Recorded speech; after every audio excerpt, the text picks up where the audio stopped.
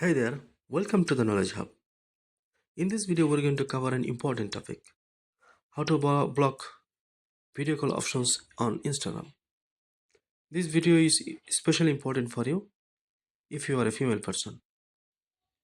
First of all, open Instagram, tap on the profile icon, it is in the bottom right area. Go to the horizontal 3-line button in the top right corner. In the How You Use Instagram section, you'll find notification. If you scroll down, you'll find call. In the video chat option, there are 3 different options. If you completely turn off video chat option, then select off.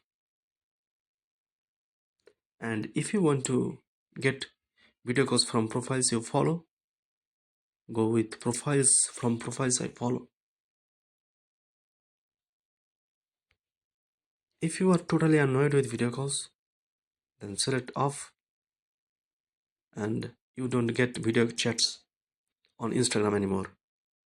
That's it. That's how you can restrict video calls on Instagram.